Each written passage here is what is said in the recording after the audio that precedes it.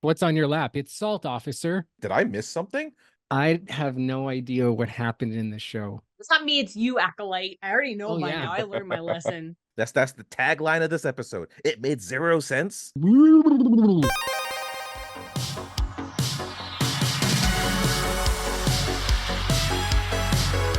From movies to video games, welcome to Marie Plays It All. Today's episode is season series finale, episode 8 of the Acolyte review. We're gonna get right into it. We're here with George. We're here with Rob. George, tell us what happens in this episode. Tell us what happens in this finale. It is the climax. We are now finding everything out. Soul and May end up back on the planet that I don't even remember the name of the planet anymore either.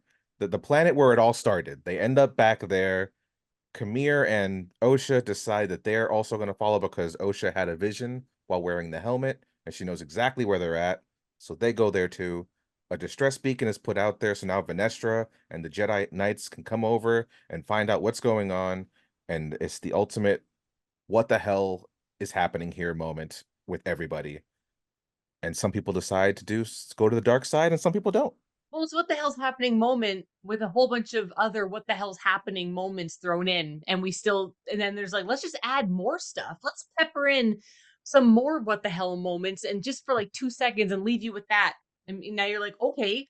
Well, see, that action you did that Salt Bay action. Mm-hmm. Yeah. In real life, this makes 0 sense.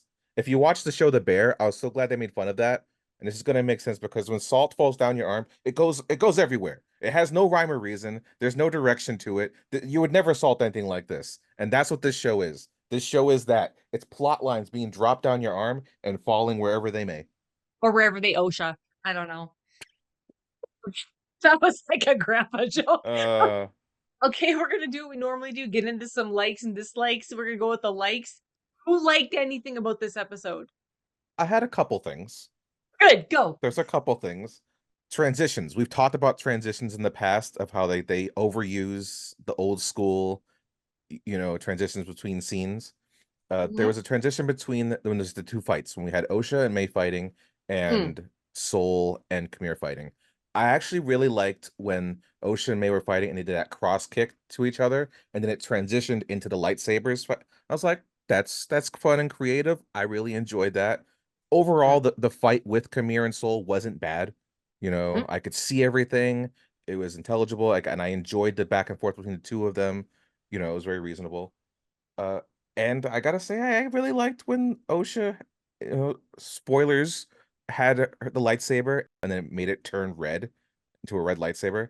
I was actually thinking about bleeding kyber crystals 2 days ago. Because when, at least in the EU, I don't know if it's still true in this canon, a kyber crystal is forced to become the lightsaber of a Jedi of a Sith. And so the kyber crystal bleeds and turns red. But I agree with you, George. I think the choreography and like all of the lightsaber fights and the fight scenes in this whole show it's been pretty good. But there's that one cheesy moment where it's slow-mo, he's falling back. Yeah. And Soul's just like Soul goes flying out and just like pulls out two guns. He's like yeah, it's on the Matrix.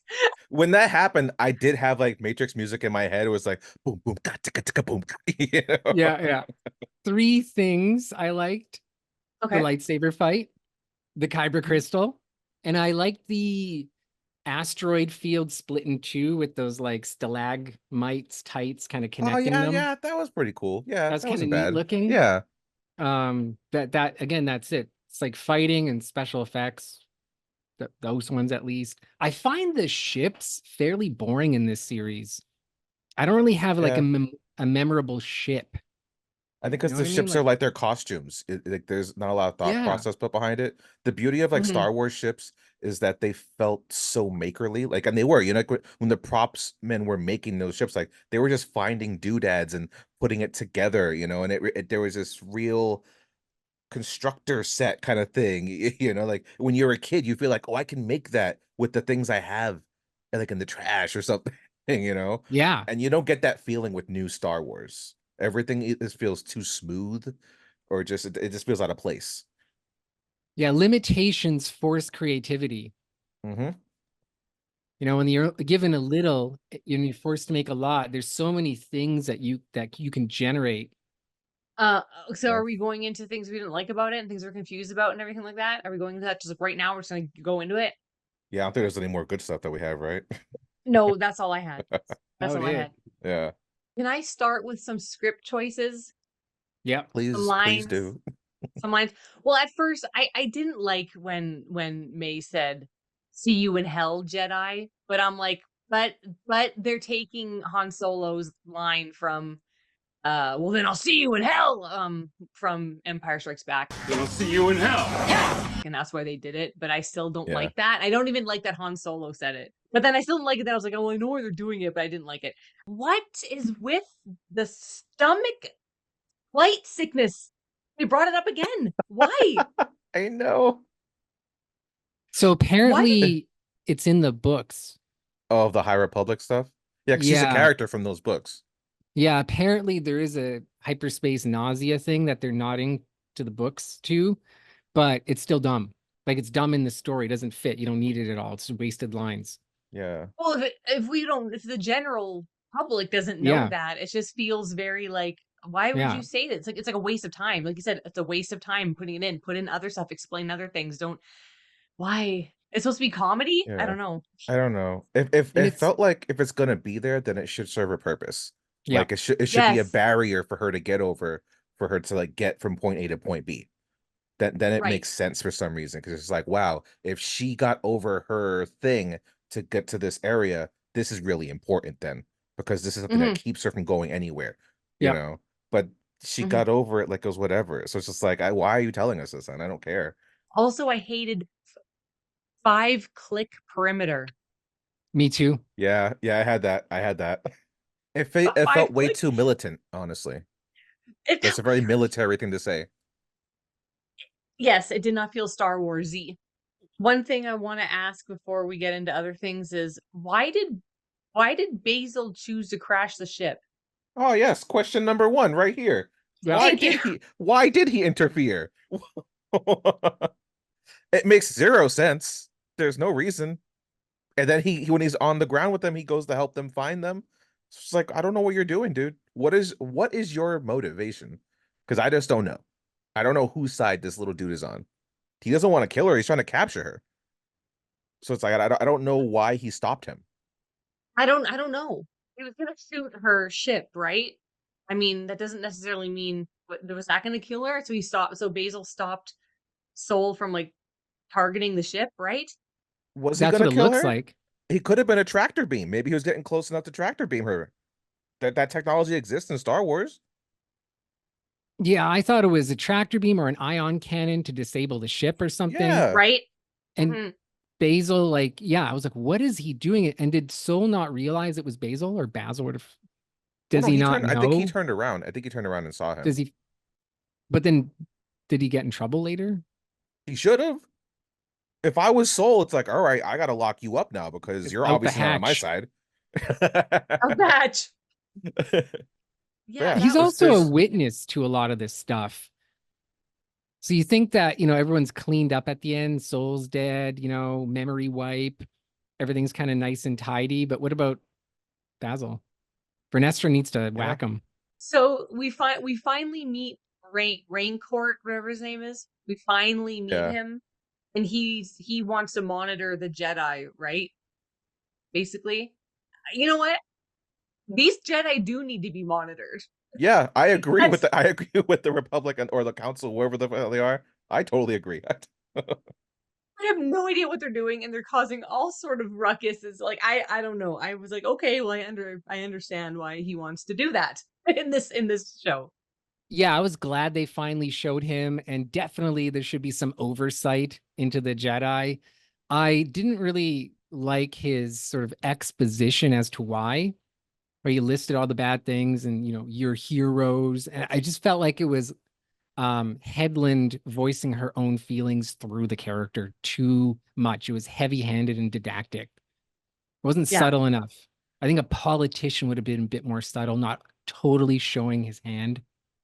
It also would have made more sense if the examples they had were like factual situations. Like if they knew about the situation that was happening right now, this is like, oh yeah, you guys know about this thing that happened. Definitely the Jedi need to be monitored. But it was more just like it felt like more like, you know what, I just don't like you and I don't like your Yeah. politics. So Yeah. we need to like change some stuff around here. And it's Yeah. like that's not enough. No, like you need to have let's say it's like, you know, you guys are just wrangling up children and it doesn't seem right, you know. You're just taking Yeah. kids from people's families. We can't get behind that, you know, because of your religious order. You know, this would probably be actually more boring, but it would have been neat if he was an idealist and just said, no, I support the Jedi 100%, but a republic is committed to transparency. And out of the, you know, justice and process justice, you must be investigated. And I don't know why you're so resistant. But instead, it's just Yeah. like, we don't like how your feelings. Yeah, like you're trying to control emotions and someone's going to explode Anakin one day. It was Yeah, it's heavy-handed, yeah. and I It felt was a like it little was much. the writer trying to voice their own opinions through the character rather than the character being political and cunning and a bit more graceful. Yeah, and to some extent, like it's just because he does call it like a religious sect of sorts, Yeah. like it feels like government putting down religion, Yeah. which in turn feels like a slant to George Lucas, who's always said that the Christian beliefs were kind of like a backbone to Mm. the idea of the Jedi and Star Wars. So it's just like I said, it's like no, what he said, what he did was bad. That's bad stuff. We got to correct that now with new Yeah, Star that Wars, you yeah, know? I 100% And think you're right there. yeah, and that's been like a thing with like a theme I feel with a lot of Disney produced projects, whether it's Marvel, Star Wars, or Disney stuff. It's kind of like trying to do that to a lot of things where it's like the idea of Christian Judaic beliefs are bad. And it's just like, and God we trust is on our money, all right? Like a lot of people go to church. Okay. Like it's okay to do that and it's okay to not do that. Both neither are wrong. Both are okay. You can have good people come out of both sides. So that kind of just like turns me off when that kind of stuff pops up in storylines. And that yeah, it rubbed me the wrong way. Mm, mm. Yeah, you could really feel the writing and the writers in this show more than anything else. Like more than it being like this is gonna be for like fans and this is gonna be an awesome story and we're gonna like really make this a rich storyline with characters that you care about. It's just more like we're writing for us and we're gonna say what we want to do Yeah. and we don't care. Yeah. That's what the show really felt like. Darth Plagueis creeping Yeah, around in that's that cave is that was my next note. absolutely disgusting. It's like, don't put him in this show. It's like, oh yeah, we know where he got his ideas from. It came from, you know, Leslie's characters. Yay, girl. And I don't think he'd be this creepy old caveman. Like, what is he doing there? He's all like slinking about. That's him, Yeah. right? It's got to be I him. Yes. I paused it there and I was like, the design kind of looks similar to what designs I've seen for like the Oh yeah. novels and the comic books and stuff. And I was like, God damn it, this is how they're doing it. This is not cool. Because No. I agree, he shouldn't be like he's such a prominent figure in the Star Wars lore. Like he, yes, the Sith hide, you know, in secrecy, but they're not always like that. You know, there's not a creepiness to them. He felt too slithering, you know, in Yeah, the he did. This background. is And it's just like this guy is confident in what he does. Like he would have been prominent there. Like if anything, I could see Kamir bringing her to him and be like, "Hey, look, I got another one," and he'd be like, "Yes, good." Like I see him having a regalness to him. You know, this is the guy who Yes. taught Palpatine, and Palpatine had a regalness to him. So I don't see him being like this if this is who he's supposed to be. Oh yeah, 100%. This little cave troll was disgusting. The first time he is introduced on the screen is that way. Some peeping Tom. Hello. He's like, are they going to kiss? Like some pervy old Pelagius. Like, come on. Well, I thought about you, Rob, being like you and your soul, like oh, like from last episode, because this is what he felt like. Oh. That's how He felt that's like how Yeah. people this spy in creepy. this show. Yeah. They made him look. They made him look so like fragile and weak and like this little creepy. He didn't look like One of the strongest Sith Lords? Yeah, no, he did not look like one of them strongest Sith Lords. No. It's like this guy is not training anybody. Like I can't imagine this is the guy who trained freaking Sidious. Impossible. No. I thought, like, you're right. I thought he was going to, we were going to see, like, that Camille and him have had this interaction, that he's maybe trained Camille to be so strong. And he was, yeah, there's going to be some interaction between the two. They just put him in there for like 0.7 seconds for like, what? In case there's a second season? They should have put him in like episode 3 or something, and then like little bits, and then him heavy in this episode, I feel almost. But just Yeah. to throw a little bit of Plagueis for like a millisecond creeping. Oh man. No, man, or just go for it. Just have Vernestra at the very end talk to him. Not going to see Yoda. Just like I have one of them. I thought she was going to be Yeah. talking to Plagueis at the end. Yeah. She is a foul, lying, cowardly, stupid, sour person. Like just the expression on her face for most of Yeah. the show is just an absolute angry like bulldog. Like, how'd you get that position? Do you know what I'm saying? Like, she's just gross to She be doesn't around. seem like a good guy. She never has No. the impression that she's a good guy. So leaving us to believe like, well, she has to be a bad guy, right? And especially when she solidifies that Camille was her Padawan. You know, they don't while they don't straight out say the words, that connection happened within the Force, and she's like, "You're still alive, like you're here." That let us know it's like, all right, you guys are connected. That was your Yeah. Padawan. Those are your markings on his back. You know, it's like you Yeah, guys the like you're a whip. bad person. And then to have her talk to Yoda at the end, I was just like, how are you such a bad Jedi? Like, how are you connected to Yoda and you're a bad Jedi? Like, I didn't like that so much because that means Yoda's a bad Jedi. Yeah, And it's Yoda like, should go. no, Yoda's not a bad Jedi. Well, what is happening with all of our legacy characters that we cherish and love? They ruin them in All of them. every freaking Star Wars movie. In every movie now, they're ruining everything. But now in Star Wars, they ruined Han Solo by making him this deadbeat dad and horrible ex-husband, I guess. Well, they didn't ruin Yep. Princess Leia, but she's a woman, so they wouldn't. And they Mhm. um ruined Luke, made him this weak, angry, bitter old guy. Like, just, and then now they're gonna ruin Yoda. Who's left? They're gonna ruin Yoda. They're gonna ruin him. I'm like, this is what they're doing. This is why we have a problem. But she does say to May. She says to May. Who did she say to May? She says to, it was my old pupil who became bad. She says that. So she admits that Camille is her old pupil, I think she Yeah, said. yeah. It's actually right. Yeah, she does say it. Right when I saw Yoda, I was like, no, they're gonna make Yoda bad. They're gonna make Yoda bad. Please don't make a second season, because they're gonna make Yoda evil. They Yeah. are. Admiral Akbar goes out like a fish. I mean, remember? Like he just blows up. Yeah. Like all these great characters, what C-3PO gets wiped. Yes. Yeah. You don't need to do Heartbreaking. that. Wiped. Bad creatives who are self-conscious and have an inferiority complex can't add or develop. They can only destroy what came before to make Mhm. room for their garbage. Well, they're trying to make themselves look like the good guys, like they're doing with the Sith in this friggin' show. Is they're trying to make this Sith the good guys. Like, look how Amir at the end looks like he's the good guy. He prevailed.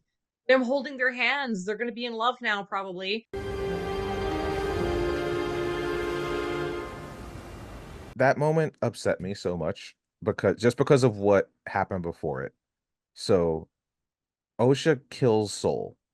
And you know what? Like her turning to the dark side, becoming a Sith, reasonable. She got lied to by her mentor, someone she saw as a father figure, you know, and he's the one who killed her mother. Totally reasonable for her to feel that rage and in the heat of passion kill him. I give that. But then to have like an hour later, we'll say, you go leave with the guy who also you witnessed kill all of your friends that you grew up with. Like you grew up with Yord. You met Jackie and you were getting a budding relationship with her. You witnessed him murder them and other Jedi. It's okay that he did stuff like that, but Soul, like he's the one who has like, I'm sorry, no. You don't do that kind of thing. You don't just make that turn and just go with that guy and let him hold your hand. I'm sorry, he has to die too. if this is the path that you're on. It didn't make any sense to me. But they had to push that Reylo relationship, but on them now, which is ridiculous. It's so freaking stupid. That bothered me so much when that happened. Not to mention, this yeah. dude exposed himself to her without her consent. He like stood there butt naked. I guess she got that peak sold her, I guess. When she peeked down, she was like, okay, Yeah. I'll go with you. She saw him go in to take a bath and she followed him. So that's a lot of that's on her. A lot Well, like avert your eyes, lady. Like, no, she decided to keep on watching.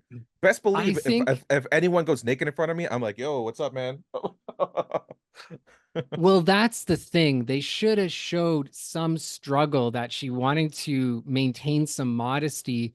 Well, at the same time, you do need to kind of keep your eye on him because you did murder all your friends. And that could have been the struggle. Like, I can't look at him, but I kind of gotta look at him.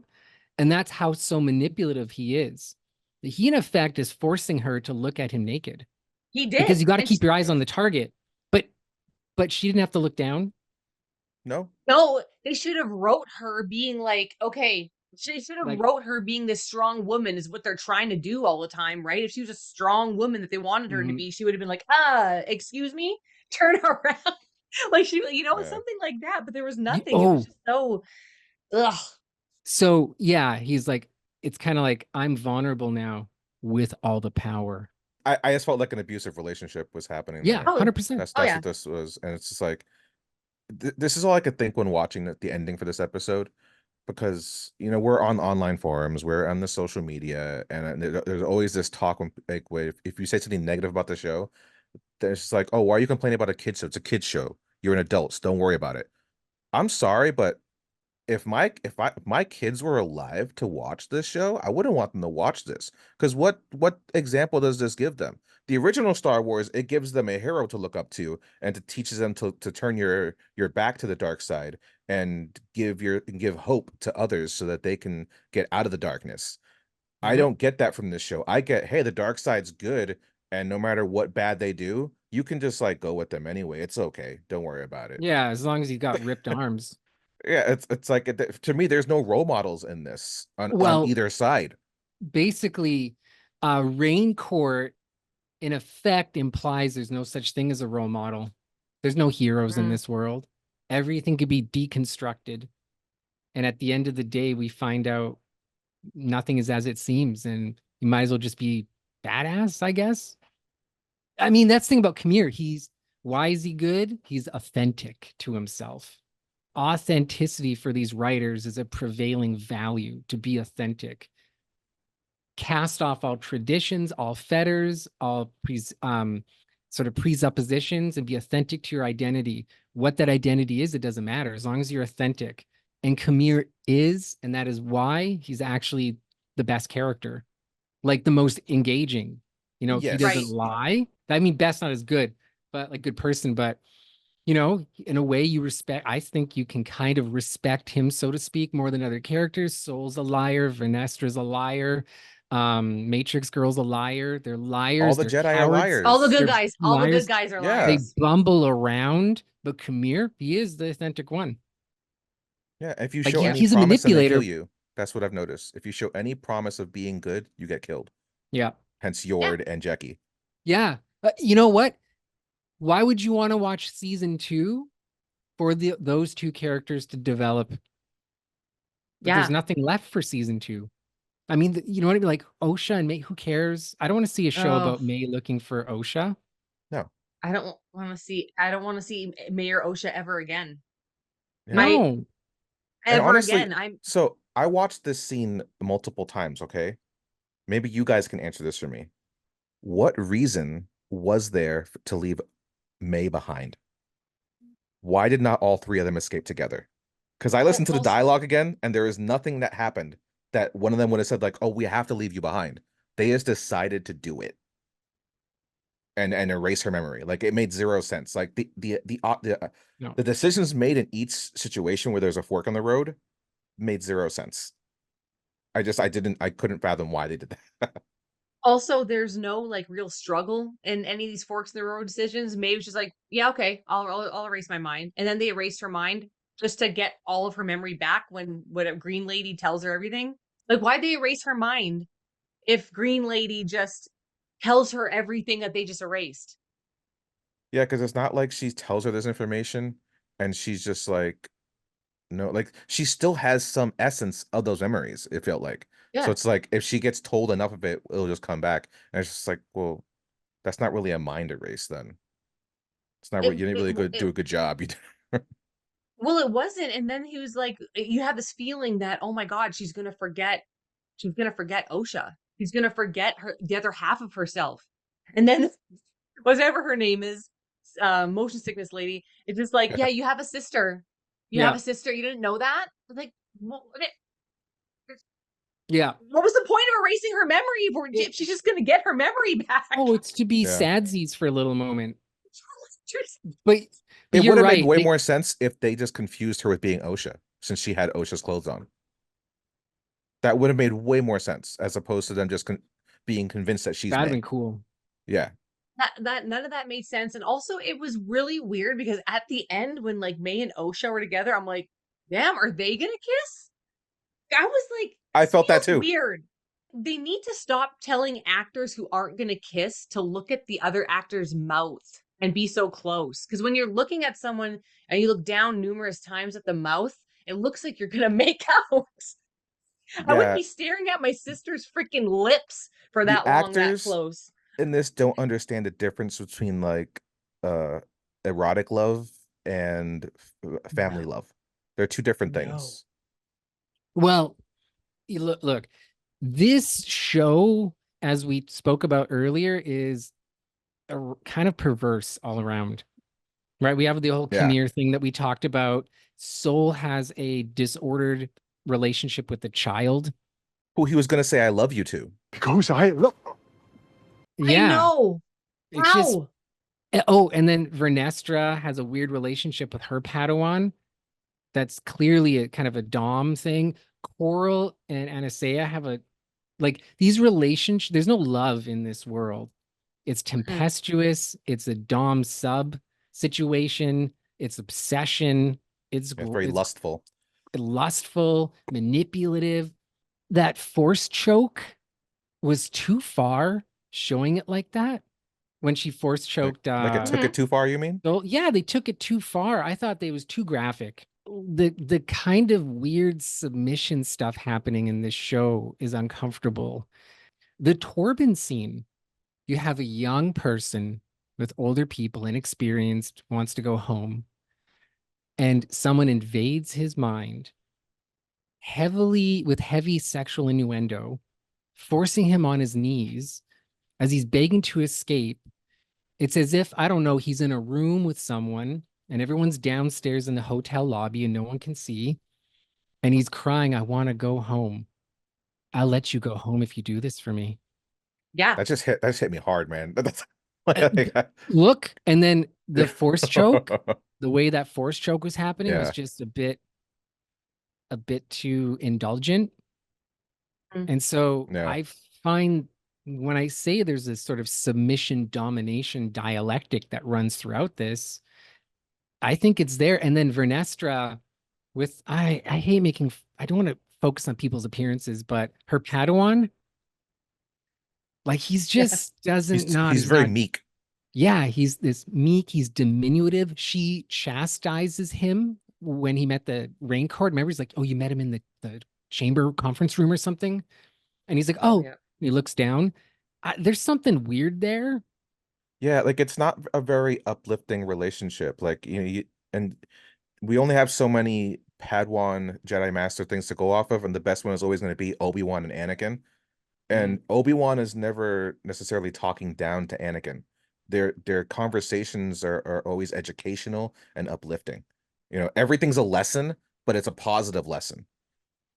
And like sure, like Yeah. sometimes Obi-Wan could be a little snarky, but it's a playful snark. Because after all, like he still sees Anakin as a brother son figure. So, but like it's never talking down. Every time she talks to her Padawan, it's talking down. Every time we had Yeah. the Matrix talking to the whoever she was with, she was talking down to them. It's like Mhm. it's never uplifting. No. It was all the Jedi sucked. All the Jedi were bad and evil. They were all terrible. I just really want to talk about the soul saying "I love you" to Osha again. How? First of all, how? Second of all, why? You knew her as a little child for what? How long? You met her and you immediately wanted her as yours. Immediately. She's gonna be mine. It's like Lolita. It's like a friggin' Yeah. story like that. And then to say I love you, do Jedi talk like that? No. Obi-Wan said that to Anakin at the very end, Revenge of the Sith. I loved you. I love you like a, remember? Wait, he says, I loved you. You You like were like a brother to you're like a me. brother. Yeah. Yeah, that's okay. No, that's okay. Because it's family. Like he didn't get to finish saying I love you in this episode. So maybe he could have said it, I love you like a daughter. Like a Maybe. daughter. I'll put that out there for argument's sake. But it still was like you didn't have enough time to be with her to No. develop that deep of an emotion for this character. As opposed to, we go back to Obi-Wan and Anakin, he raised this guy. Like he was with him during his formative years. He saw him go from a boy to a man. It's like it's very reasonable for them to have a very tight relationship. Oh yeah. They didn't. She was only with him for a little bit and then she left. So it's like, what is this? What is this deep, passionate connection you have for this little girl? Well, that's why I think it would have been important for the writers to add the like a daughter part.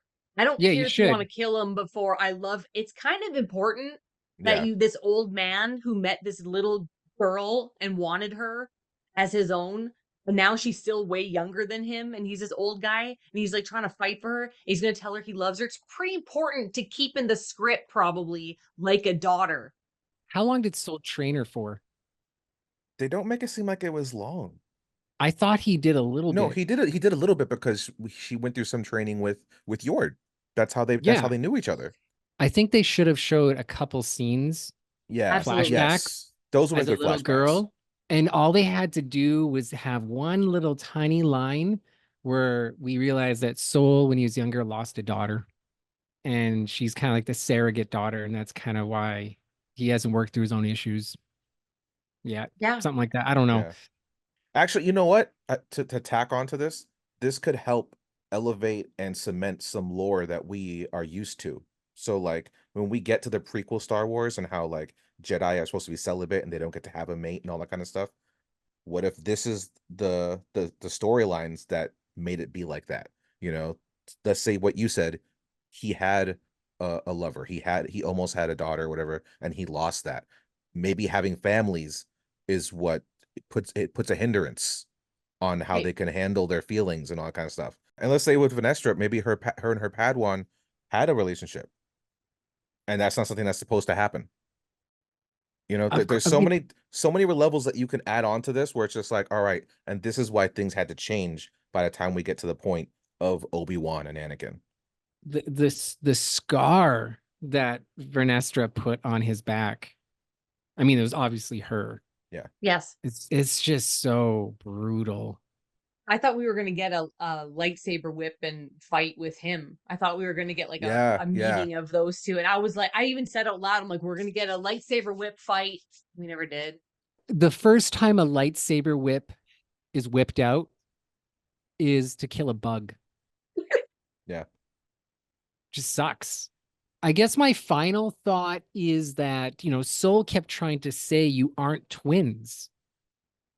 You're the same person from the Virgins. But twice, I think people don't listen to him. He's trying to explain that, and he gets, knocked out, or they don't listen to him at one point. If he's right and they're the same person, why did they separate at the tree? One gets mind wiped, one goes with, the stranger at this parent seat of power. This tree. That was my point. It's like it doesn't make any sense. They've been reunited. The whole point of this season is the reuniting of these twins, and then we just separate them again. Like, why did you waste our time for 8 episodes to just do that to them? They could have season 2 where they look for each other again. Yeah, like I don't want that same plot device again. No. No. That's not how you create a good series. You don't just recycle the plot like every season. You know what would have been a much more interesting thing to separate them? Highlander it. OSHA just has to kill May. OSHA has to kill May for them to become fully one again. And Mm. then maybe we find out that was the whole purpose of the sacrifice or whatever crap that the mothers were talking about. That's what should have happened. OSHA kills May, and then she becomes fully encompassed with the full force power that she was supposed to have, and then she follows Camille. Yes. You know, and then especially her following Camille would feel like it makes even more sense because now she has that part of her that was in May that wanted to follow him. Oh, check this out. So one of them ends up killing the other and absorbing them. And Kamir says, "You see, that's why I trained you to kill without a weapon, because you had to kill the other using the force alone to absorb the other. And the whole purpose Yeah. of training to kill without a weapon was so that one of the twins can kill the others to absorb them. And to fully be attuned with the force. Yeah, fully attuned, something Yes. like that. But we started this right now. Just right.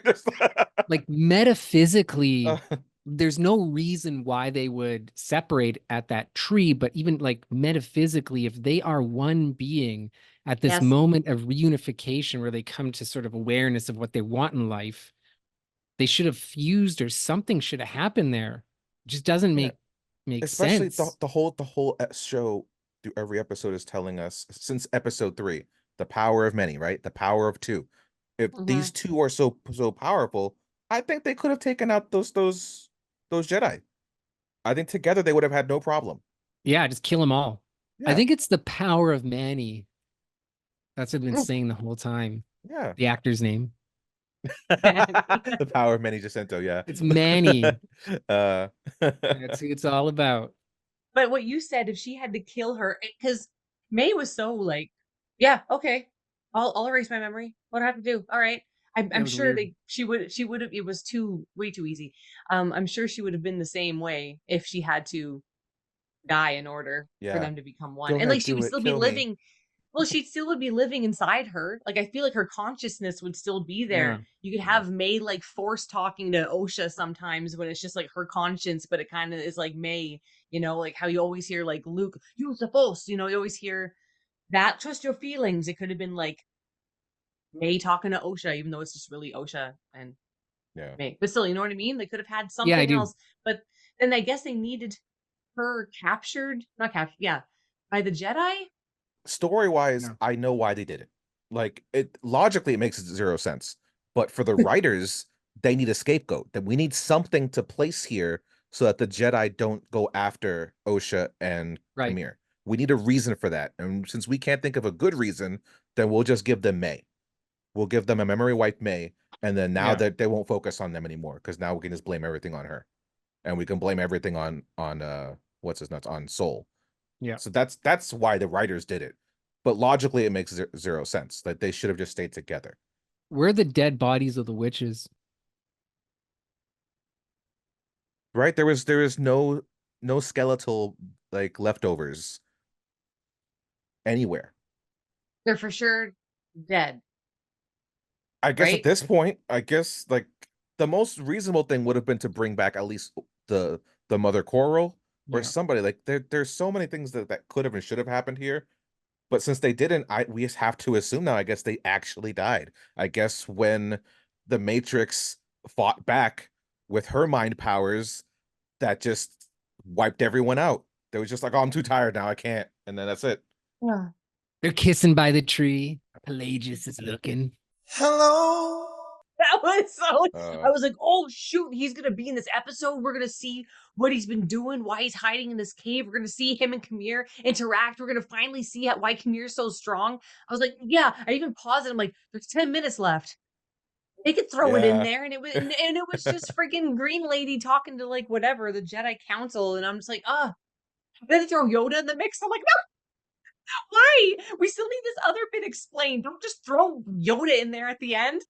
Yeah, that Yoda thing, like when I saw that Yoda's head pop up, I just felt that I felt the rage of all the nerds online, like when we saw Kamandi, what's his name? Guy with big head. Yeah, I just call him Mundy. Oh, Mundi. Yeah. Okay, fine. Kai Him. Mundy. Yeah. Like when people saw him and the fact that the Sith have been now like, referenced, and it's just like, this doesn't make sense. Seeing Yoda there now, it's like, hold on. Yoda was a part of the council. He's the head guy. If she doesn't tell him that my pupil is a Sith Lord now, there's some big plot holes now between this and the prequels. Like we got some big issues now if Yoda knows some stuff is going down. Like I want a it's a season big 2. problem. Yeah, I want a Do season not 2. say that, Rob. Do not No. say No. I want to see it burn. I want it to die. We did Let's see just it burn. It just happened. No. Let's make it. Let's just tear it down midichlorian by midichlorian until there's nothing. Until there's no M count left. Yeah, until there's no M count 0. Like There's no M count within 5 clicks of this Season radius. 2. Like this. Just I'm gonna roll around in the muck, hate myself, wear a mask that I can't see through. Like, Does anybody else have any notes? I had nitpicks. I Yeah, just let's little see. nitpicks. Let's It was like in the sprinkle your beginning of the nitpicks. episode, when May is in the escape ship pod or whatever, and she has Pip, and she goes to Pip, she's like, brace yourself, Pip. That felt like an OSHA line as opposed to a May line. You know, and now granted, maybe they're trying to like really show how much they are the same person, but at the same time, the show has been so adamant of showing us how they're not the same person. Like they are different people. And so it's just like, why does she care about Pip? Like she just got this thing. She has no relationship with this thing, you know? So to her, like, brace yourself. It's like that. I don't think you need to have that there. That just felt weird. I think you guys forgot who you're writing for in this one moment. Headland forgot which character it was. I've seen her in interviews where she has trouble describing the show. Oh So gosh. yeah. So that's a big sign right there. When your showrunner does not know how to talk about their show. Just so people know, it's like when you're making a show, especially as a showrunner, you got to create elevator pitches for things. When you create an elevator pitch, you know your show so inside and out, you're able to describe it in like 2 sentences, you know, and usually you're able to compare it to other things.